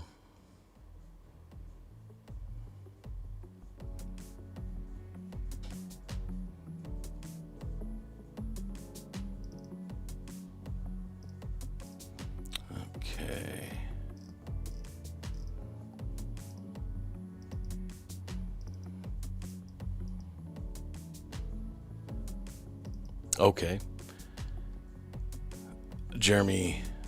King Jeremy the Wicked says, Hamzat's words coming out of Francis's mouth would make him a pay-per-view selling machine for sure. That's a good point, and that'd be a good combination. Put those two together. Francis is he is a cocky dude though, but he doesn't show it in all the obvious ways. It seems like he shows it a little more in his personal business relationships than he does with the media. He seems to rely pretty heavy on his humble foundation personally. That's his default. And it would be weird to see him go too hard at somebody in the media. So I don't know exactly how that would work, but if somehow Francis could be more compelling, it seems like he shouldn't. To me, it seems like he shouldn't have to. He's so compelling. His story is a good story, and the way he represents himself, I think, is excellent. And certainly his fighting speaks for itself. I've never understood why after that initial push and then loss to Stipe in his first title fight, why so many fans sort of became ambivalent to Francis. To me, he was still clearly the second best heavyweight in the UFC, and then proved to be really distance himself from everybody else. He became the best heavyweight in the UFC, and all he's done was show that the gap between himself and number 2 is wider than we could have even thought. And I see that he's still doing that. So I definitely would like to see him re-sign. I think he wants to re-sign.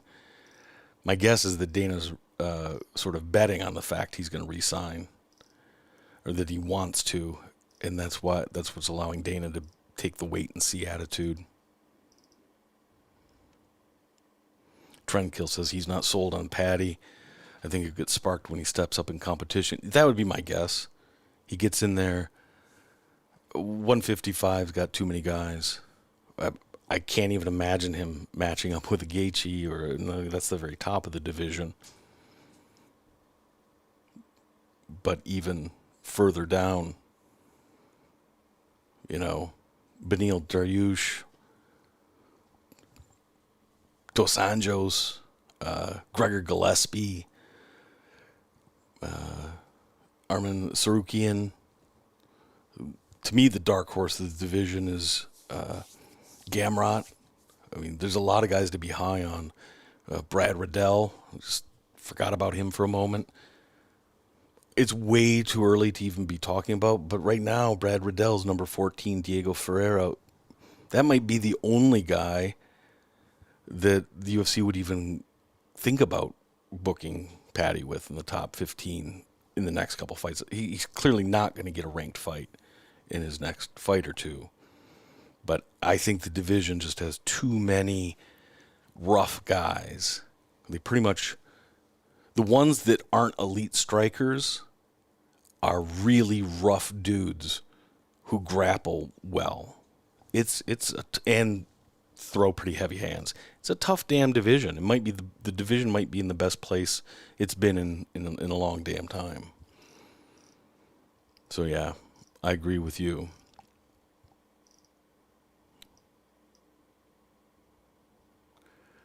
Al Shorkey says, why so many message restrictions? I don't know.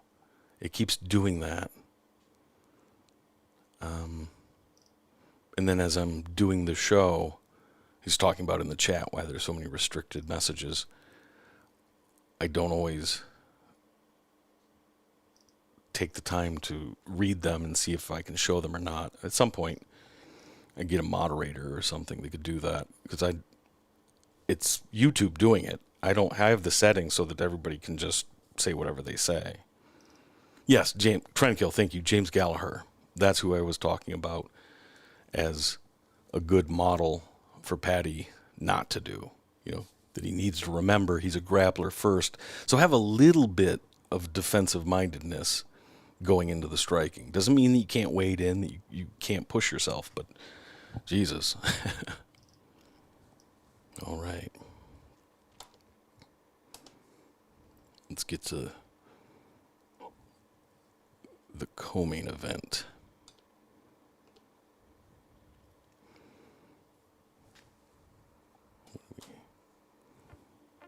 In the co-main event, it was Arnold Allen, ranked 7th in the featherweight division, against Dan Hooker, coming back down after spending many fights at 155. This was basically a pick'em fight. Allen being a minus 115 favorite to a minus 105 for Dan Hooker. For me, if it wasn't for Allen's previous fight to this one against Sadiq Youssef, I was very high on Allen. I still was, but his progression has been so slow. He's had so many gaps in his fight schedule, and understandable why that's been the case over the last couple years, but would, I think, greatly benefit. I think it really hurt him because he's training with Faraz Zahabi, and Montreal and Canada is just so locked down, and have been, and maybe always will be, who knows. I would think for us, at some point, why not just locate, was it Danaher who moved the whole team to Puerto Rico? Why not go somewhere like that? Go to Florida. Just make it temporary. But you need to be able to serve your fighters, because as a coach, you can lose 2 years of your career, because you can coach until you're as old as you want to be. You have a guy like Arnold Allen, not only does it take away from your development and you lose 2 years of making money, when there's a gap in your development, you may never make up what was lost. So it was very relevant, this matchup with Dan Hooker. And Allen goes out there and he gets the win in a wild fight. Ends up hurting Hooker early in the first round. Really goes into kill mode. Lands a lot of shots. It's sort of controlled chaos, which I liked seeing from Allen. In the past, if you remember, he had a problem putting his foot to the pedal to the metal. He had a difficulty going for the kill or pushing things. He was pretty conservative, and when he got people hurt, it was because he was doing the basics, which is fine. But when you're somebody as talented as Arnold, and particularly when you're moving up in competition, you have to take a few chances when you see an opportunity, because against the better competition, if you stay in these stalemate positions for extended periods in fights, they're going to get you, and there won't be anything you can do certain times, certain fighters. The window of success is much smaller as the level of competition goes up. So perhaps being away from the sport as long as he was, or getting his mind more focused on how to approach this next stage of his career. But Arnold Allen was dialed in on this fight with Dan Hooker.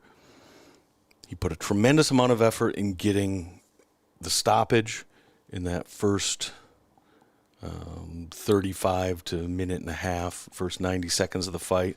And then when he saw it wasn't there, he backed off a little bit. Very smart, very showed the poise of a budding veteran. The guy is now 28 years old. It was his 9th fight in the UFC. I felt like he'd been around for a long time, and he's now 9 on a 9-fight win streak in the UFC.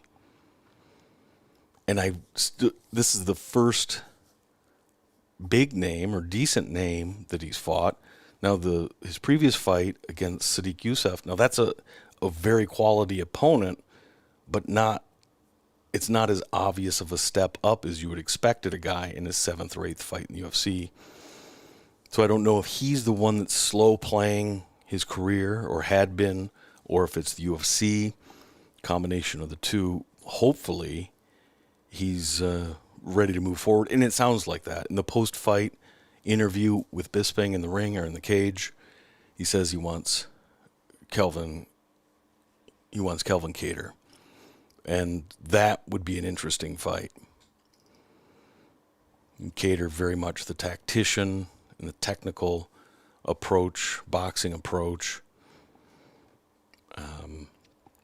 was able to come back and look good after taking that insane amount of damage from Max Holloway. Might be just the right fight for both guys, and Allen is 7th in the division. There aren't a whole lot of other fights that make a lot of sense for the guy. I think that'd be a great test for him.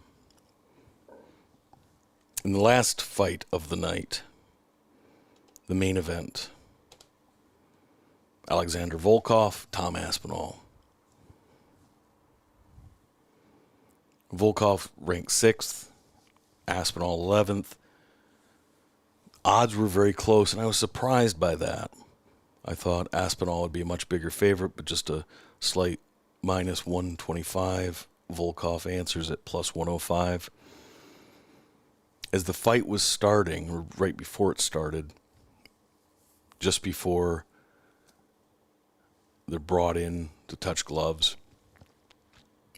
It was the first time I really saw Volkov sort of, he had a real look of determination that I hadn't seen before. He always seemed to be sort of playing at the sport in a way.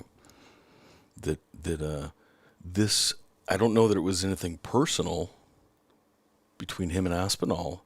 He just seemed to be, perhaps it's because of world events, feeling the pressure of being a Russian in a crazy world in this moment.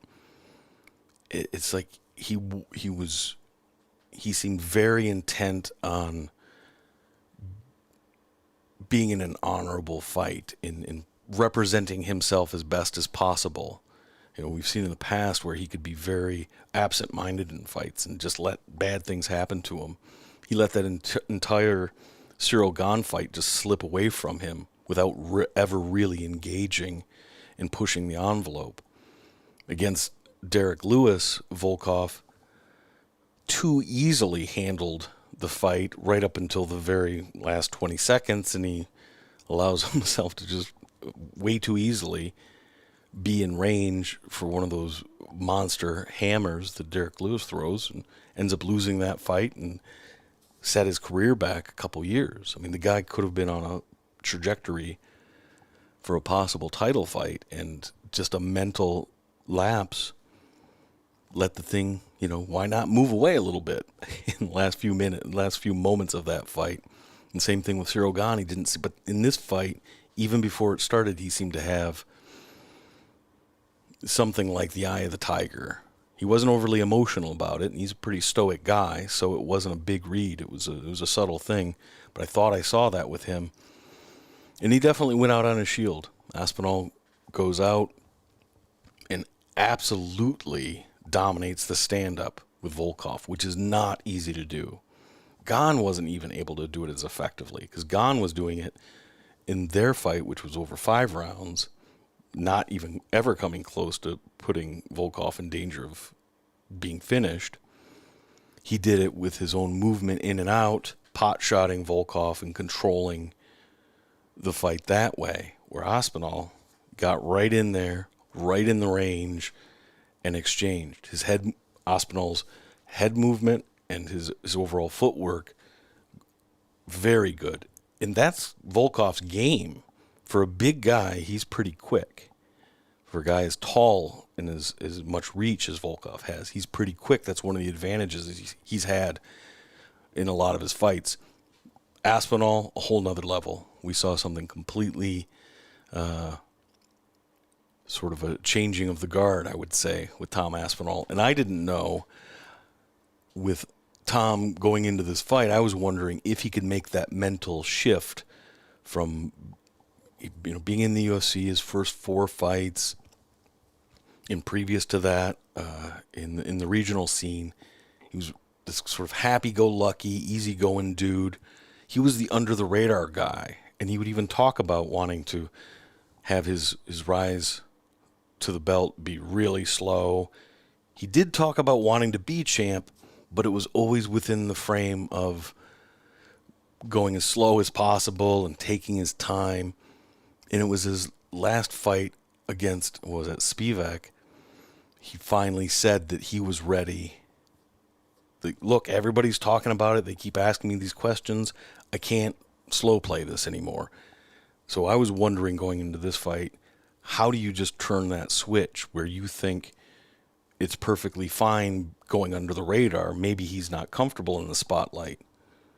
To be the person who's dictating your own fate and being in the spotlight doing so, versus being the guy that doesn't have the attention. I also wondered if he was going to be sort of like Jimmy Crute, who showed all this athleticism, and he's at 205. Young guy comes in, shows a lot of skills, but if the spotlight got a little bigger, the competition got a little harder, he didn't have, he wasn't quite ready. He wasn't quite ready for the next level of competition, and it's difficult to know. The fighter himself doesn't really know until he's thrown in there, even if they feel like they do know that. So Aspinall passed all those tests, all those questions with flying colors. There were a lot of very high grades on my scorecards for throughout the night, but Aspinall was the only guy that I gave his performance an A+, because everything was perfect.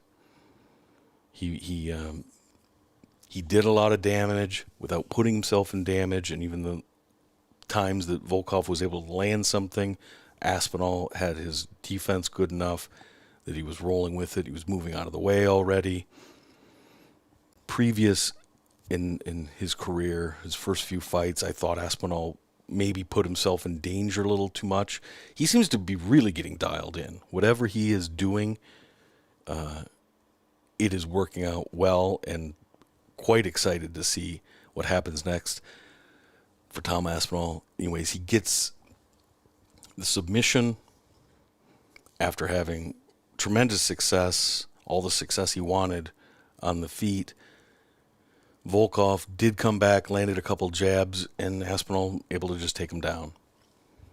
And gets the straight arm lock, which is so unusual. And at that point, Volkov's blood is all over already. They're both sweaty. And to be able to hold that grip, stretch it out, very impressive. Let me know what you think, but my choice for Aspinall would be Cyril Gane. Now all of a sudden that's accelerating to the the very top of the food chain. That Gane is in that next category down from being a number one fighter or contender. He's never more than one fight away from being in that spot. I think Aspinall, that'd be a great fight, and I think he could do really well on the feet. He wouldn't allow Gane to simply dictate in and out, only engage when he wants to engage. I think Aspinall would force him into exchanges, and he would most certainly have success with the takedowns, and once it gets to the ground, if Aspinall is able to get it to the ground, he could really make some hay with Cyril Gane, and that'd be pretty much the biggest scalp he could get at this point. But Aspinall asked for Tai Tuivasa, and he was kind of clever about it, saying they could drink beers and all of that. That's a pretty good. That's a pretty good call out. Although it seemed like Tuivasa is going in his own direction at this point, so it might just be shrugged off. I thought, again, if he would have called out Cyril Gane, that's the one that probably has more impact. But either fight would be great. It would be very interesting to see where Aspinall goes from here, and I'm very high on his prospects. Against Ngannou, no. I don't think if Ngannou comes back and he's anything close to his normal form and health, I think it's just a matter of time before the lights get turned out. And that's nothing against Aspinall. I think that's just where Francis is in his career right now. All right, we will go to a few more questions and wrap this thing up.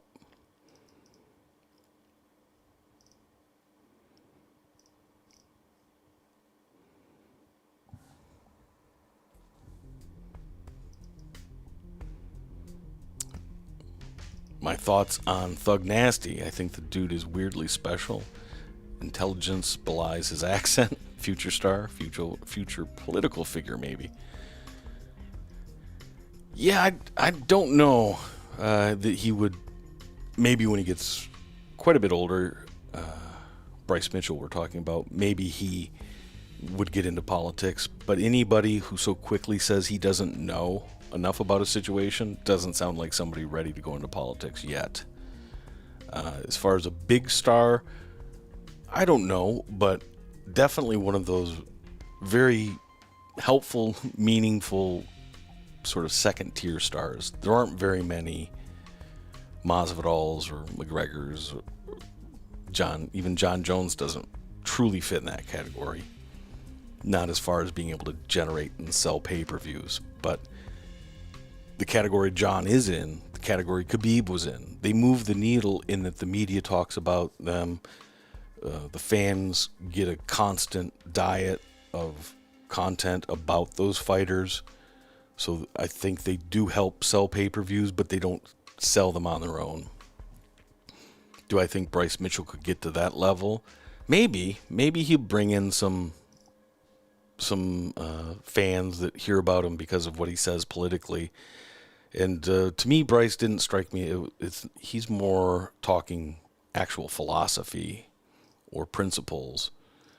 It's just the era we're in now, it gets taken as being purely political. And I don't think that's how he meant it, even though I understand why it comes off sounding political.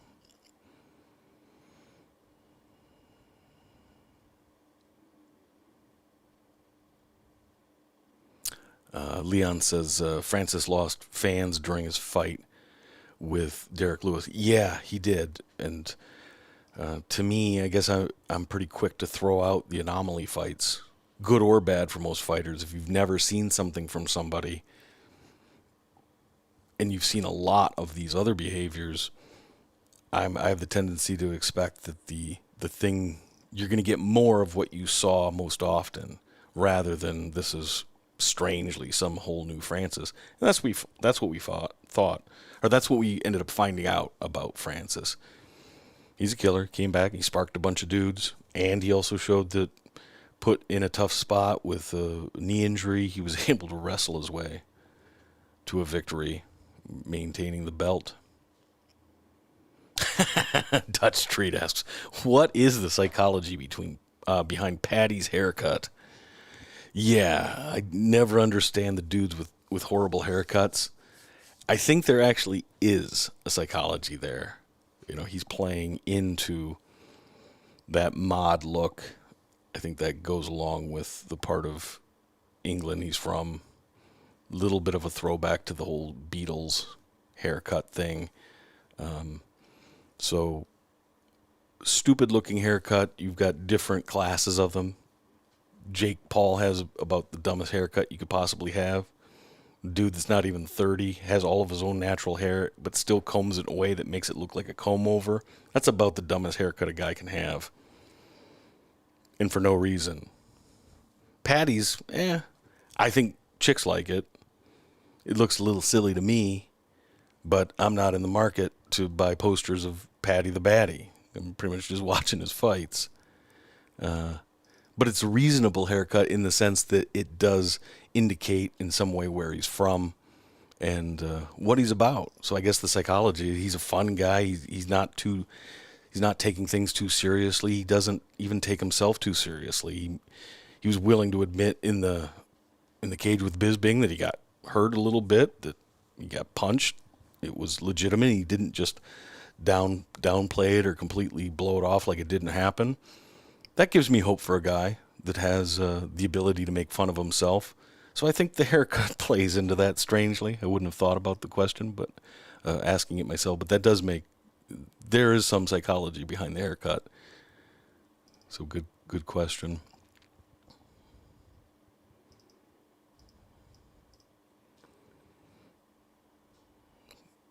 King Richard says Paddy could beat Brad Riddell. Riddell has taken a lot of punishment. Yeah, maybe. He may be able to. And just how quick Paddy is in the scramble, that's what surprised me.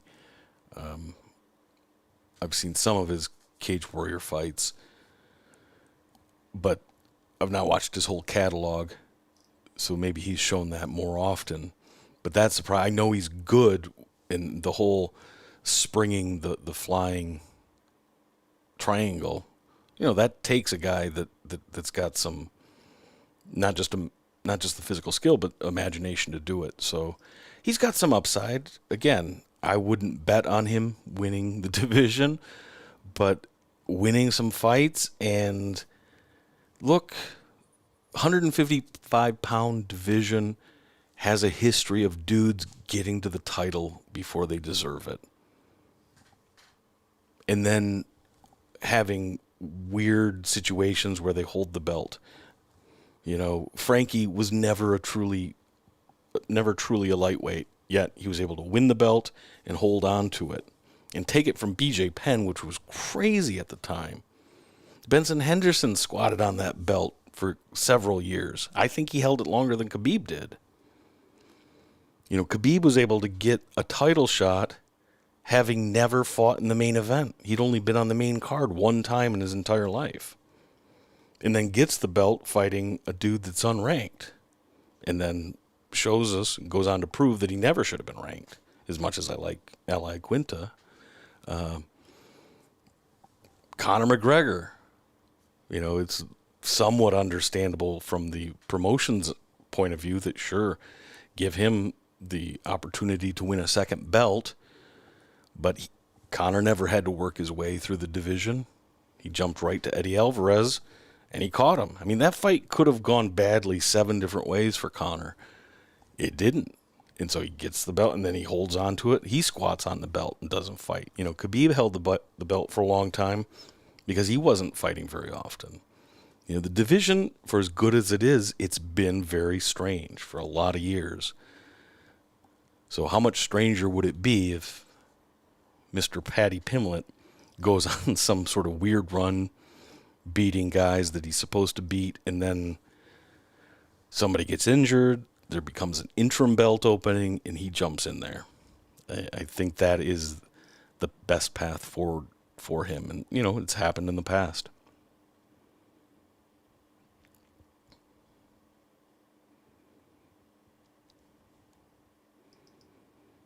All right. GD Skeptic says Arnold Allen fight was the fight of the night for him. Yeah, that was right. I saw that Dana handed out 9 bonuses, but the fight of the night probably Hooker Allen, because Hooker tried to come back. He kept trying to come back. He had more heart than ability to push forward. His will, or his spirit was willing, but the body just couldn't answer the call. And again, I'll repeat, that was an excellent stoppage by the ref and a difficult one to make. As far as other fights of the night, the Tupuria Herbert fight, really good, but to me that falls in the category of comeback more.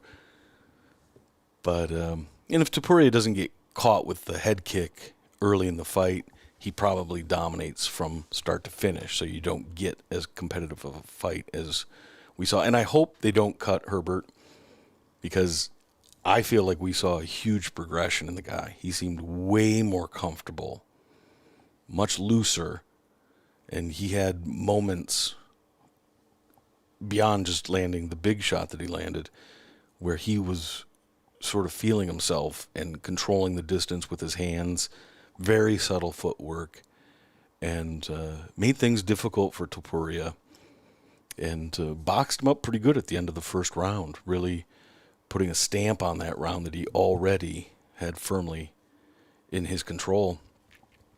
I think Topuria is just one of those guys that if you don't put the axe fully in his skull, you're not going to put him away.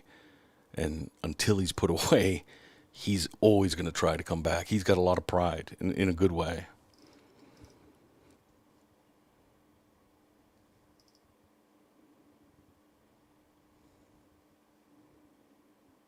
Right.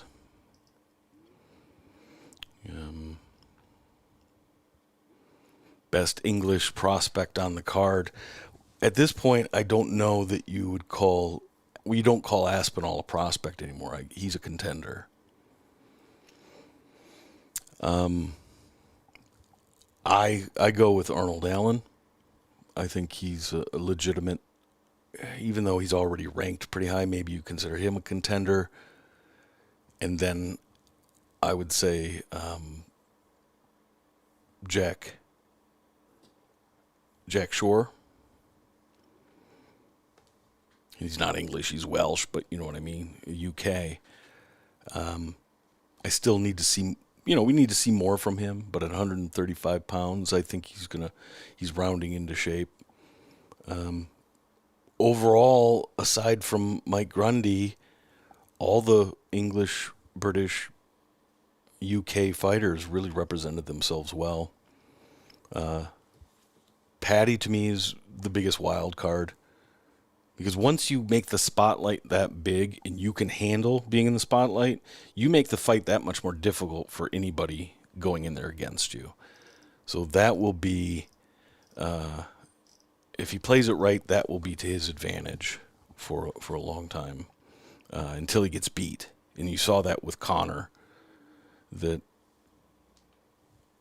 he would build things up, he would build the heat up, he would build everything, make it personal, and dudes just couldn't, it would melt them. It was just so unusual. When are you ever in a situation where somebody's saying these things and they're funny and there's some truth to it? Like, he's questioning your confidence in ways. Conor's really good at reading people, especially in those days. He's become more of a character now. It's almost like he's playing what he used to be more naturally. But back in those days, when he would talk about the way Chad Mendes would second guess himself because of his gas tank, and he had to do these things, and if you put the pressure on him, even if he had success early, he would ultimately give up. You know, you could see that those comments were landing on Chad, and I don't believe that Mendes believed the truth of what Conor was saying in the moment, but yet there was something resonating, and that's very unnerving. You know, this is my experience to some degree. If you tell people things that are very personal, that are true about them or about how they think about things, and they know they're true, but they have yet to admit to themselves that they're true, that's about the worst thing you can do to somebody. And I've never done it trying to ever be mean, but just in conversations you end up saying things to somebody, or at least I have, where I've said things to friends and I didn't realize that they hadn't had that conversation with themselves yet. To me, it was so obvious from all the external clues. I just sort of stumble into it, and it can be quite unnerving to people to be in that situation where you're told things that you're not ready to admit to yourself. And so Paddy will have a little bit of that advantage if he can work that angle, but in long term, he's gonna have to show that he can physically do it against the best in the division. Although we're seeing with like the Sean O'Malley's of the world, Dana and the matchmakers are willing to go very slow. They're almost Scott Cokering some of these special prospects, if you will. All right. Another successful live stream here on Sunday. I appreciate everybody making this what it is, because if we weren't all here together, it wouldn't be very interesting, and I certainly appreciate it. I look forward to growing it, bringing in more elements. Like I said, I think I have to redo the computer so I can get all the things to work. Be bringing more video. Brought a little bit of visual to this episode, but there'll be much more coming forward, or as we move forward.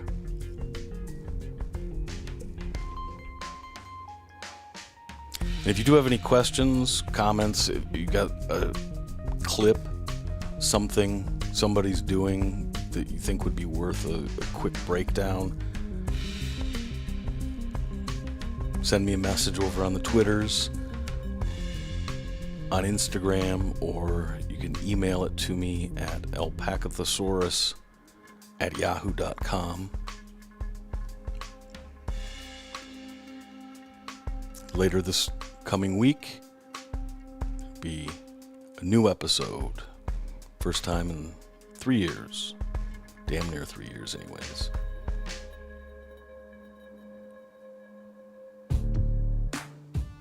So thank you for stopping in. I appreciate the donations from Adam Watts and Earl Goldberg. Appreciate seeing you again, brother.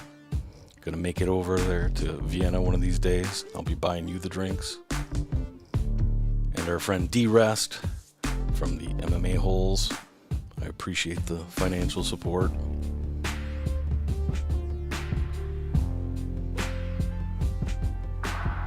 So be good, and I will see everybody back here next Sunday.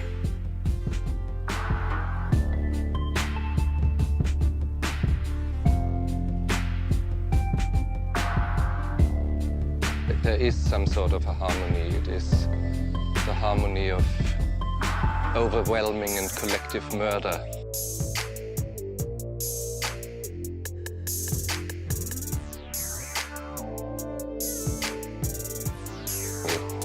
It is not that I hate it. I love it.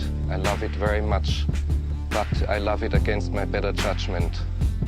And we have to articulate ourselves, otherwise we would be cows in a field.